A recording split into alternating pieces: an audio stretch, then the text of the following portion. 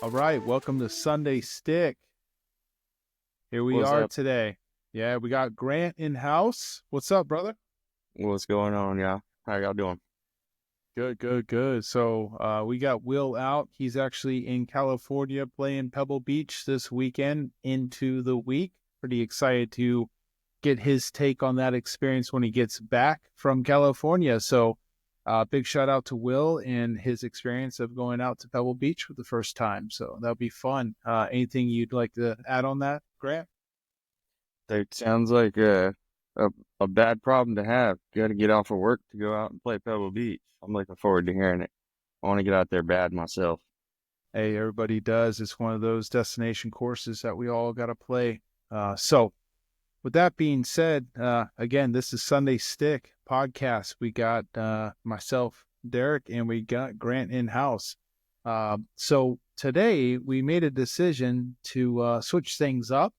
We took some comments from some of our students about the psychology of golf. Not that either one of us on this podcast are experts at understanding the mind, but we sure as hell can explain to you the mindset of a golfer. There's no doubt, and some tips and some do's and do nots. So we're gonna walk through that tonight and lead us into next week's episode, which is going to be pretty interesting. So, outside of that, before we get started, any good or positive news on your side, Grant, with golf or life in general? Oh man, I got all my new sticks in not too long ago, so I'm looking forward to getting out possibly next weekend or the weekend after and playing with them. I've got the new Elite Woods, so it's going to be a pretty cool experience. I've only heard really good things about them. I'm excited to get out, hit them on course. I've hit them in day, but on course, I'm excited to see. Well, as you know, I went through and did some testing this week myself with all fairway woods from every manufacturer. And I turned and told you, or let me rephrase that, I turned and told you that the Elite was the easiest to hit. So I'm excited for you. And I mean, we all, let's just say, full disclosure, I am fully sponsored by TaylorMade Golf, and Grant is fully sponsored by Callaway. Callaway. So, full disclosure to anyone listening, we are contracted to these vendors, but we will be open to saying our dislikes and likes. So there's that for all of us. But yeah, I'm excited too.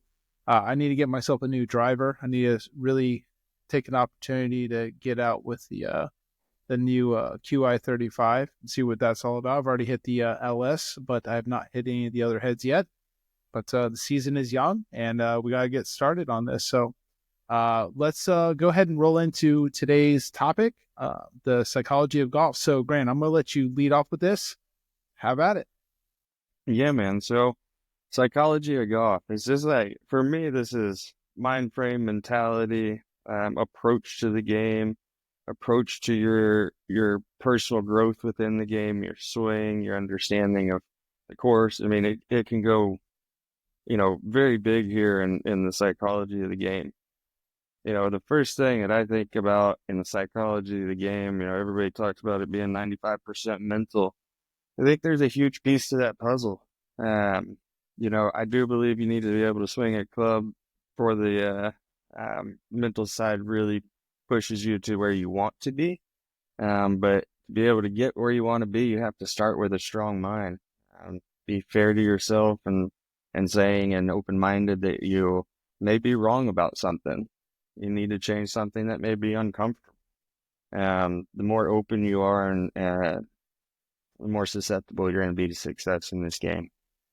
Well, I mean, you're making an excellent point. I mean, really, we need to look within, right? We need to really kind of say, what's the elephant in the room? If we're looking to try and improve our golf game, we got to turn and say to ourselves, am I willing to accept that I'm wrong, that I'm not right in all things golf? And I mean, with that, I mean, I get a little bit emotional about that. And again, choking up with my words. It's just like you have to accept that you might not have all the answers.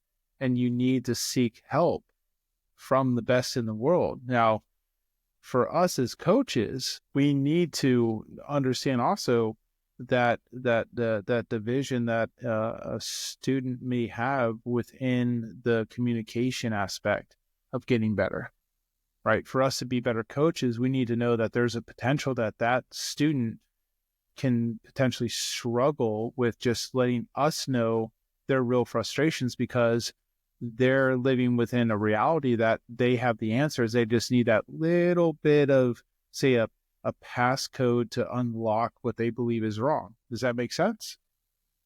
Yeah, absolutely. We hear it every single day. It's I think the only thing wrong, with my swing, I can't get the club face square.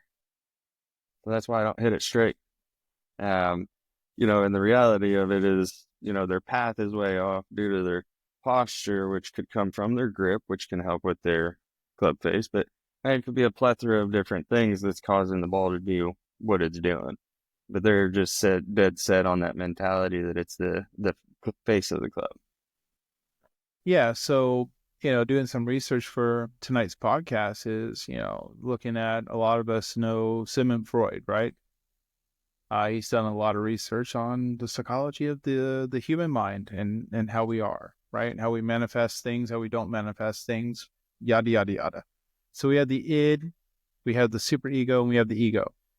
So we have the ego that is really what creates the balance between the id and the superego. Now, full transparency right now, everybody listening, I have no idea about this stuff, right? I'm going to always go based on my feel and my experience and everything I've done within the game of golf, from a player as well as a coach. But I wanted to really make sure that if I'm going to really do these things, as well as Grant's going to do these things, that we're going to research and understand what we're talking about outside of our own natural realm of golf, right? So the id, okay, to help everyone understand, is really the impulsive side of us. Now, we can all relate to this, right? Grant, can you relate to this? The impulsive side, the id from Sigmund Freud. Oh, absolutely. I'm impulsive almost every day on golf head cover. Okay, so we look at this, right? There we go. The unconscious, impulsive, childlike behavior that we have, the id, the zero grasp of reality, that we're so fixated on the now aspect, I guess we could take from this, right? And then we move into the super ego, the morale, the reality and the illusion, the right and wrong of what we're doing, right? And then we utilize the ego to create the balance, to pull things together, right? But as golfers, we might think of ego and superego as what we might be struggling with, but in reality, it's from Sigmund Freud's stuff with psychology. It's the id. It's the impulsive. It's the childlike behavior.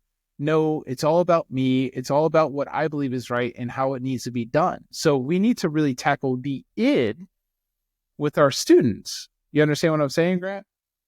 Yeah. I've never really thought about it like that. And, I have small background and minor in psychology. And it's like, I have never really thought about attacking that situation that way at all. So I love this. And me, the same. I would never have thought of it this way. And that's the brilliance of doing what we're doing. We're taking something that we're very passionate about and we're broadcasting ourselves to the world, that we are golf coaches. We've taught hundreds of thousands of lessons and worked with thousands of students. And we've, in our intake and our responses as from emotional aspect to an intellectual aspect, has led us down this path of believing that we can take what we've learned and create a broader, maybe a broader scope or a larger spectrum of like just looking at these things and trying to help everyone, not just within our bays, but also just globally, that we can get more people involved in improving through these kind of almost, you could say, like thought experiments, right? Where even for us as coaches that are trying to help students, at the same time we're students, right? We're trying to become better coaches by being better students.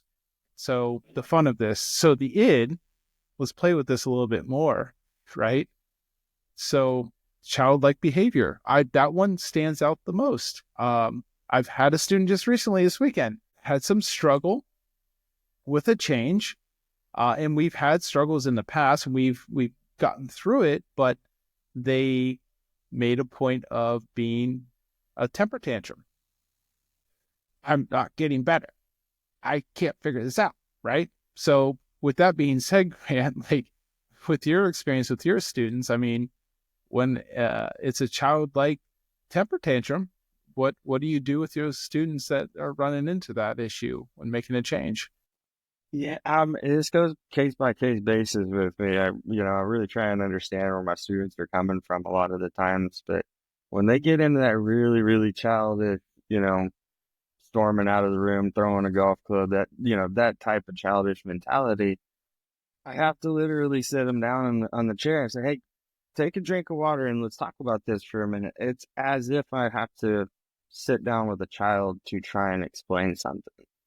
And they don't really take to it because they're grown men and women that, think that they're right. And all you are, Grant, is a 37-year-old golf instructor, and I'm not trying to teach them life lessons, but at the same time, it almost is. Like, Well, I you got to mean, be open. well, you're not wrong about the life lessons. I mean, we're no different than as most people say, as like the bartender, the barmaid, or the barber, or the stylist, right? A lot of our students come in, don't realize how much flat is thrown at us. I mean, we get students that have had a good day or a bad day, right? There's a lot of diversity within the emotional aspect, and the perception of understanding, like the preparation of getting ready for a golf lesson. I mean, that's from a physical aspect. I mean, you could talk about people that take yoga, Pilates, runners, workout people, eating a particular way. I mean, you got all these gurus out there, right? We're our own gurus with golf swings, but as a guru, and you're dealing with it on a one-to-one, right? Within that one-to-one focus, is that we have to take all the flack of that good or bad day and try to kind of heal away, or let's say move the curtains a little bit, to slide in there to find that student in their moment and help them refocus themselves into, hey, now it's time to think golf movement. It's time to make changes. It's time to get better. And we can, as much as we would deny or maybe just withhold that we aren't making life-changing experiences, but in reality, we really are. We've had plenty of instances where we've had students come in and turn their day around, regardless if Absolutely. they hit that draw shot or hit that extra 10 yards or 50 yards, whatever it might have been. We made them a happier person at the end of that session, and they left and went home to their household, and were better off after maybe potentially getting yelled at work, whatever it was, or someone cut them off in traffic up Mopac, right? So I Happens all know the time. I'm going deep here, but our focus in this cast right now is just the psychology of the golf swing. It's so easy for the best in the business to the 30 handicapper to have something influence their ability to play well. And the best display that lasted for at least a round would be Scotty Scheffler being arrested for trying to somebody with his rental car, right, at the PGA, right? I mean, this is a prime example of strength of internal, let's say, mindset that he could be arrested, thrown in jail in Louisville, and able to go shoot the round he did. Now, he did, obviously, he did not win the event, you know, but that's something that I think we can all joke around with the orange suit, the the prison gown, and all that jazz and all the bullshit that comes with it.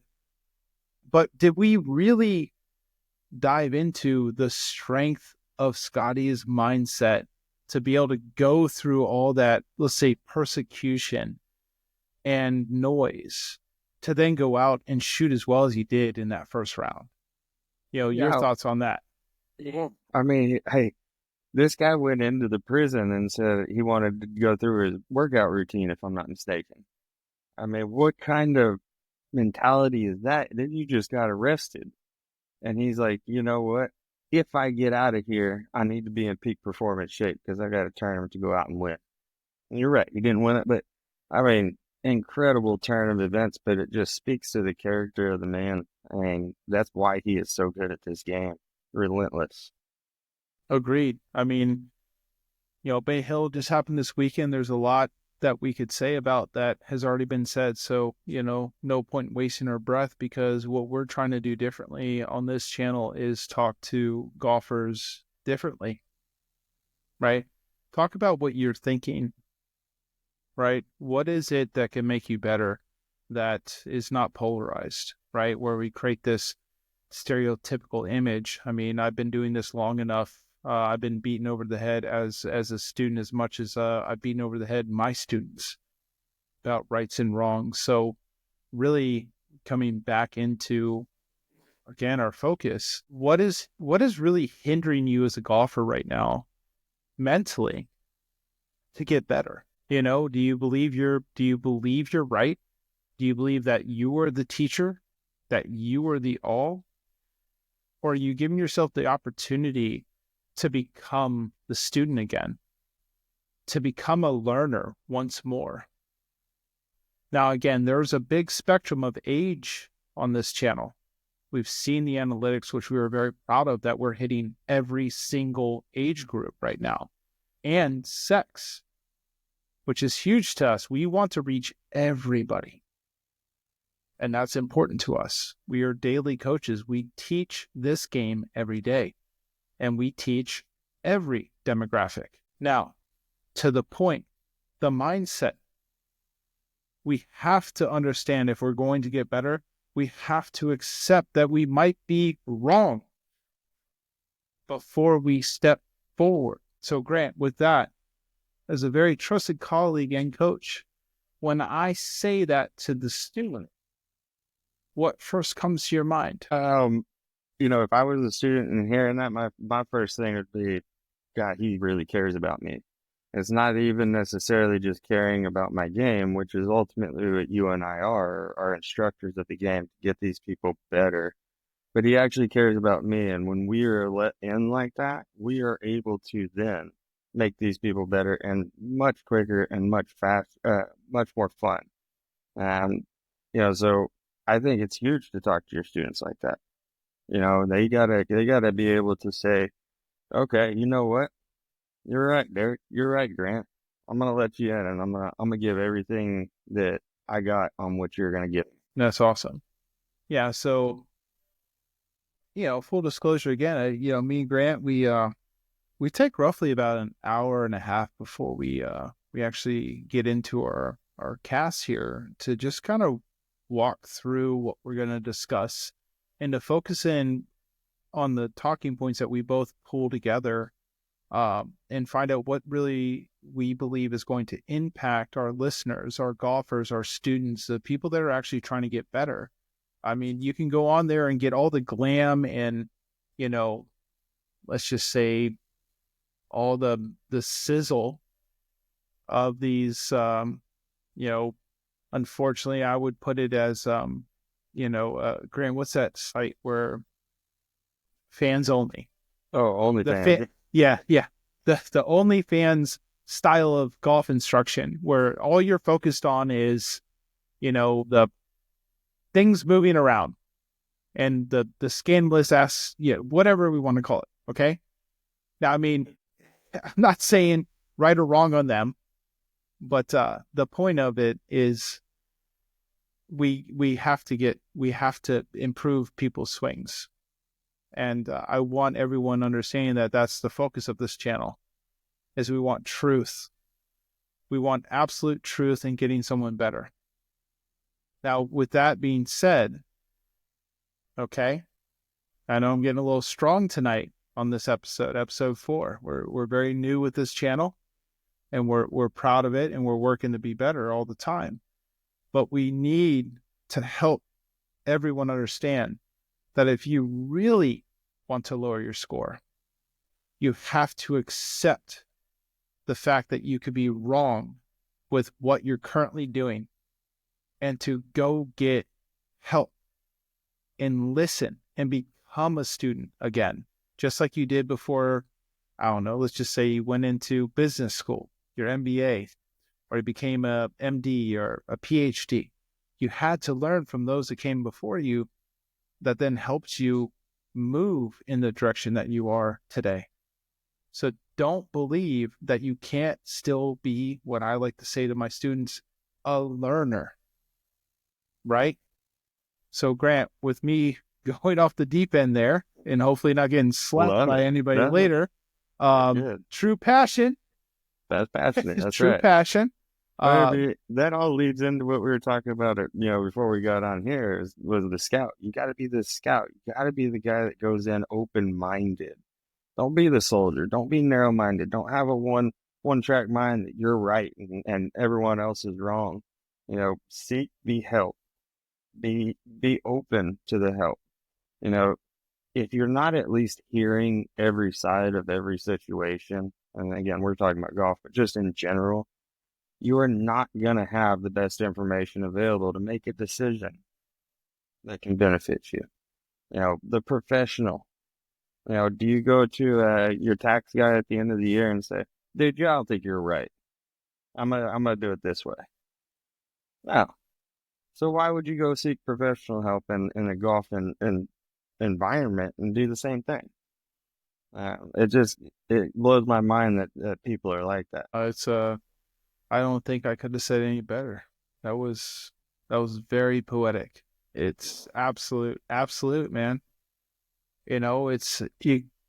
Look, golfers are just always trying to use basic logic, and to no fault. That makes most sense. Hand goes up, hand goes down. Foot goes forward, foot goes back. Stand tall, stand not tall. Whatever you want to call it. I mean, absolutely. But to your point, I mean, if you're the scout, and the point of being the scout is being curious, being open, and being grounded, to having an open mindset. If you're the soldier, as Grant puts it, you're more likely just your tunnel vision. You're so absolutely fixated on one aspect of your improvement that you're losing sight of being open to what might actually be wrong, right? Or what needs to be improved on.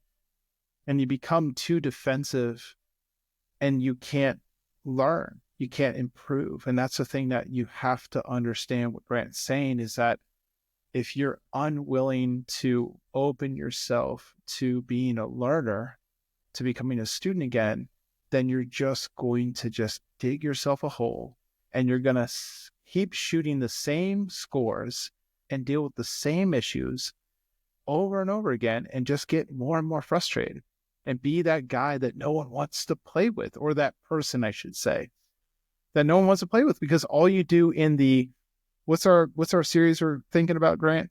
Between me, you, and the cart. Yeah. Right? There's a lot coming. I want everyone to know on this channel, there's a lot of cool stuff coming. Our content is not just this. It's going to get very explosive. But between you, me, and the cart, I don't want to ride with someone who won't stop talking about how bad they're playing and the reasons why they're playing bad. I think all of us can agree with that.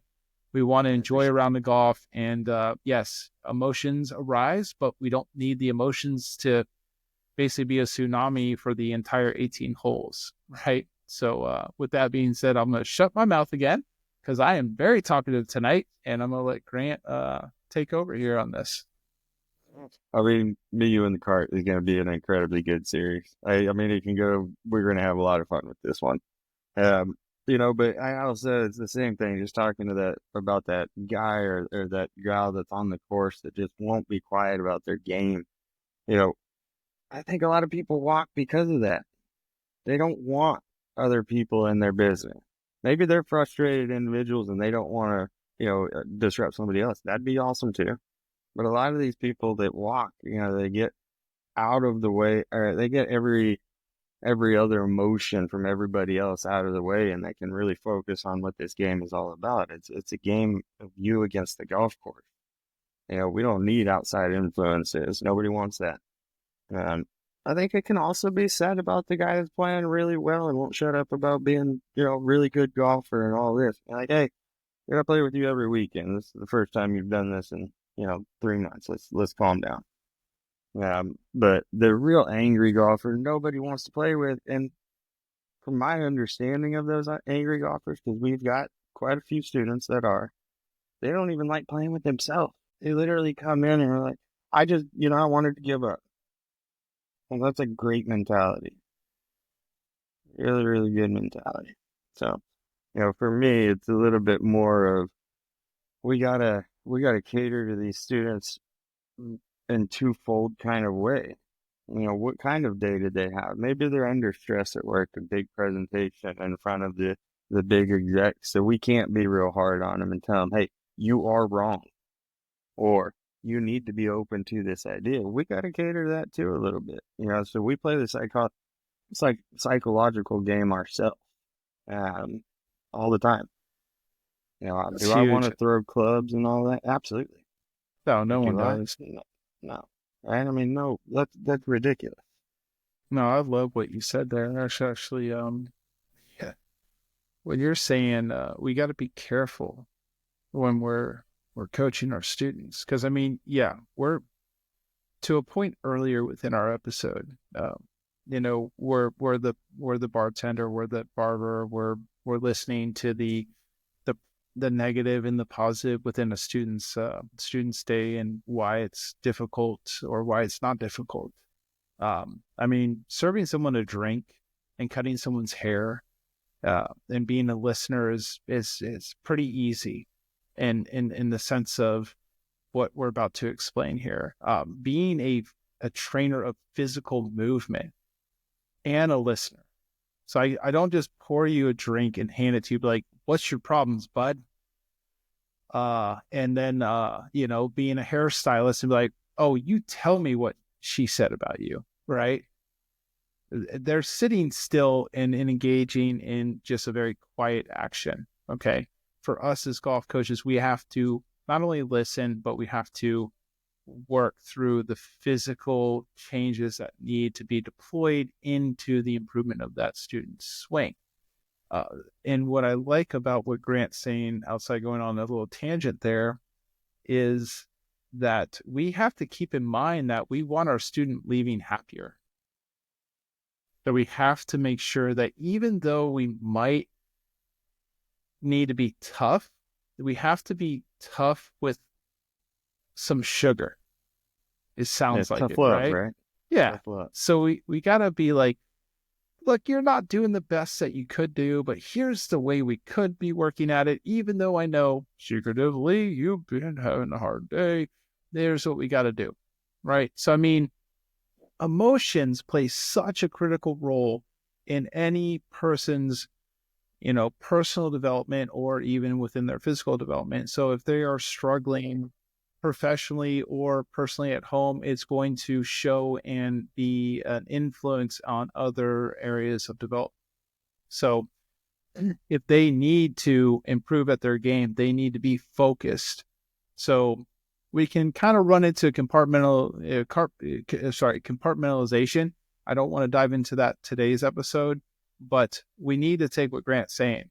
We need to not be the soldier when we're ready to learn and be the scout. We need to be open-minded and grounded in reality of what truly is going on with our game and listen and truly listen to understand what we need to change. We don't need to be the childlike, impulsive, temper tantrum student or developer at all.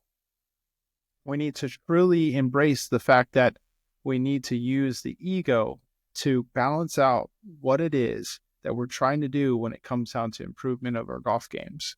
Now, with that being said, I would love to Grant to kind of close us out today, because I'm a little too passionate and too up in my seat for today. So I'll let Grant take over now. Yeah, Sunday Stick Nation. Look, here's the deal. It's the easiest thing you can do is be open-minded. Understand that, yes, you may have saw that on YouTube along with the other 100,000 you saw, and you may believe that the other 100,000 that you tried didn't work and this one worked, but you have to be open to there could be another one that is better and right for you. Okay? Stick to your guns on certain things. Be passionate about this game. I think it's incredibly important for us to have students that walk in here and question things. When questioning things and not doing, or even allowing yourself to bring thought into it is wrong. But I do love the passion of my students. I think it's important that the more passionate they are, sometimes the tougher they are to get through to, but those are the ones that really want to know. So it's twofold, y'all. It's not just, completely give up all hope that what you're doing is wrong, but being open-minded to walking through a different process. 100%. Just there's many methods out there. I spend a lot of time watching, stack and tilt, 1 plane, 2 plane, Mo Norman, this, that. It's what we have to do as coaches. We have to stay on top of what's trending and what our students are going to come in with, so we're prepared to have those answers. That's something that a lot of my students, and possibly Grant students, don't realize that. Grant, you've heard me say this many times as an instructor, is golf never sleeps, so now nor shall I, right? So I have to constantly stay up with what's happening out there to be prepared for the next day of students. So with that being said, the motivational arc that we live within is sometimes, I guess, can be frayed because of our emotions and how we struggle between, as Grant put it earlier, being the soldier or being the scout. So we have to understand, we have to understand that motivational arc can be somewhat damaged or weakened, but as long as we are working within ourselves and with someone who understands the methodology and the strength to improve us is there, we can always repair those bonds within our motivational arc of getting better at our golf swing. A little bit kind of deep in the weeds there, and I apologize, but today I feel super emotional about game improvement and helping everyone out there, which would lead me to one awesome saying I came across that I don't use enough, would be, if we're looking to understand strength within ourselves, okay, regardless if it's golf or just life in general, okay, when there is no enemy within, the enemy outside can do us no harm. That's an internal look that is huge for golf, that you are having more struggle because you put an enemy within yourself, okay, to create too much overthinking and to not simplify a stronger talk to yourself of getting better. You're just putting too many irons in the fire. So again, when there is no enemy within, the enemy outside can do no harm. Okay. Now I'll leave my 2 cents on the table there, but just know, guys and gals and golfers and non-golfers out there, Sunday Stick is here to stay, and we're going to bring content that you've never heard before when it comes to golf and your development in your golf game. So please, call to action, like, subscribe, and share the content that we're creating if you feel it's right to refer it to others, because we're not going to stop, and we're going to open up people to what golf is really about, and really golf and how it affects us and plays a very critical role in our lives. So with that being said, Grant, you got anything to shut us out for the night? Man, y'all comment. Let us know too. That's the best way to get our response into something that you guys want to hear. Comment, like, share, do it. 100%. We will, as we said last episode, you want something for us to talk about and to research and run some tabs on, we will gladly do it. So for us here at Sunday Stick, I'm Derek White, and I'm Grant Richards. Y'all keep it scrappy. All right, y'all. Enjoy your week. We'll catch you next episode. Take care.